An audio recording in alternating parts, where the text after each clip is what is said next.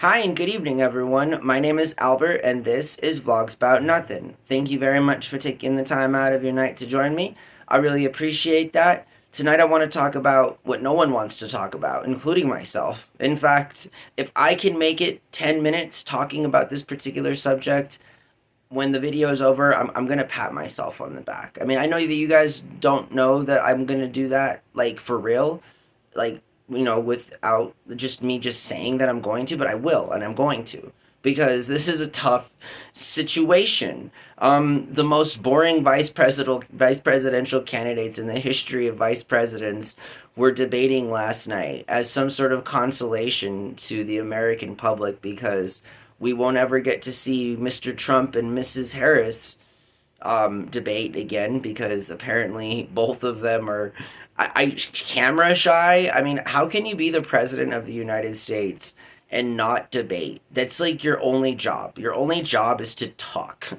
This is why some of us would be better at it than others. I mean, it's just a bunch of talking and looking nice, and that's really all. So, I mean, if you're not willing to do those two things, how good of a president are you going to be?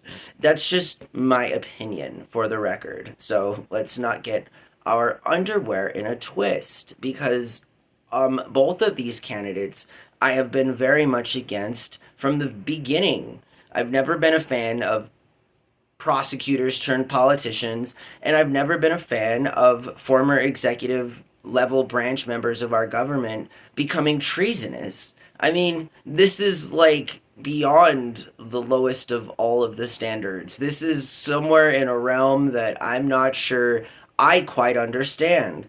I mean, usually picking from the best of the two evils, as we say here in this country, involves both of the people being somewhat decent.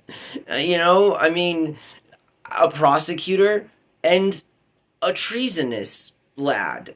I just am not finding love for either one of them. And their vice presidential candidates are not making it any better for any one of them. And so, the old man fumbled. I feel like being a governor and being just old and boring is often not going in the direction of national leadership. It's a different kind of politician that's a governor. They're typically very local people. And that's fine. That's what you want.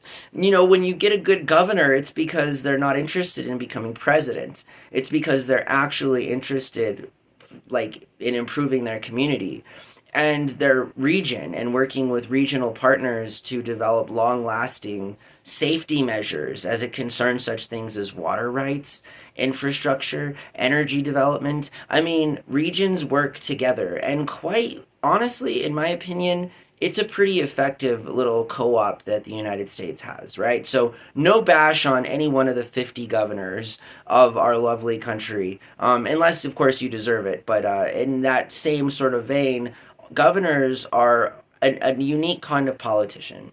I enjoy governors because, again, if they want, they can do a lot for their community. And oftentimes, just as I said, they do. More times than they don't, they do. And so, Tim Walz as a governor is probably a good governor. His state probably really likes him and what he does and what he's about, and he probably knows the state very well. Now he's running to be vice president, so he needs to know another 49 states well, not to mention the entire job of the vice president is to talk and look good, but also to talk about international and foreign policy and look good. So, I mean, they have a very narrow job. It's literally their job to handle international diplomacy and relations. They have a pretty important job. Not even the president does this. So when we elect fools like Dick Cheney, understand that for 8 years in our lifestyle, in our lifespan, there was a Mr. Dick Cheney running around the world as sort of our international diplomat for all things important. That should make us all lose a little bit of sleep at night. That same man also shot one of his friends in the back when he was hunting, right? So, I mean, I don't know.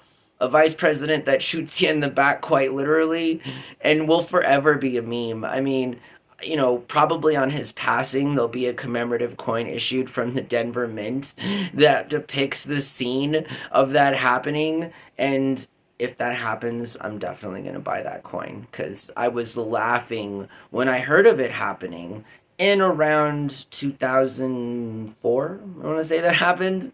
I don't know, but it was funny then and it's funny now.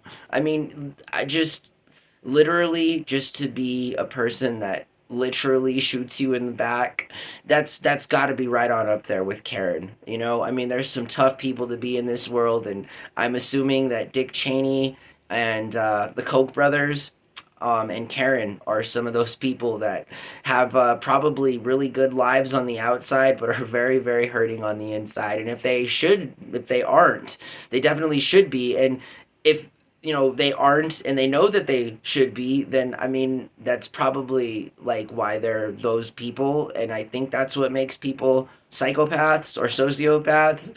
But again, I'm just a guy that knows nothing about anything. In fact, I know nothing. In fact, this whole video, I've done my best job of not talking about the vice presidential debate. And now I feel comfortable giving the next 3.5 minutes of my life talking about something that was so unimportant, we really just even shouldn't talk about it. Because JD Vance, as a 40-year-old millennial, my guy, you were a good speaker, but you said nothing. And that's typically what politicians do, right? Typically they say a lot of stuff, but they don't really say anything. And they're kind of like a glorified lawyer in that they aren't as powerful as an attorney or a lawyer. They have no real power. The power they get is from the people that elect them, and sort of like that magic that we talk about here on the channel. So nonetheless, IRL dictates that the vice president of the United States has constitutional job requirements, and these job requirements include being responsible in the front face of our country as it concerns international politics and foreign relations. I'm not interested in having the JD Vance guy or Tim Walz up on our national stage doing anything on behalf of our country, anything more than what they're already doing. JD Vance is a senator and Tim Walz is a governor. And so let's all feel bad for JD Vance constituents and just lose a little bit more sleep about Tim Walz governorship. They're weird guys. As people, politicians only have themselves to sell. And this is why most of them are limited in their capacity to the roles that they are able to obtain. This is why everybody wants to be the president, but really only a few people can do that. Really only a few people, statistically speaking, can actually be the person that more people are going to like than the other person. Now, that is essentially what politics is. Who's most popular? Who has the most likes? Now, this translates on over from something that we see here practiced in the digital world to an actual policy and practice that takes place within the confines of all these buildings that are really fancy and people only go to just a few months out of the year, and when they do, people talk about it a lot, and they have to run for these offices, and people like Nancy Pelosi become incredibly wealthy, all while advocating for the poorest of us, right? So as a Democrat, let's continue to do what Democrats do. I'm not a Democrat. I'm just making a joke in that let's try and say that we want to help poor people, but let's do our best to make our lives as glorious as possible. So when I have $100 million in the bank like Nancy Pelosi, I will be also advocating for healthcare reform and at somebody else's cost. I have my money now, so we can discuss other people. But wait, not really? Because I can even have more money than that? Oh, wow. I want to be a billionaire now. Oh, wow. It's like, people, get it together. How long do you expect to live? Let's not answer that question, because a lot of you rich suckers out there are going to say, well, I'm going to live forever, buddy. And I mean, good luck to you. I hope that you do that.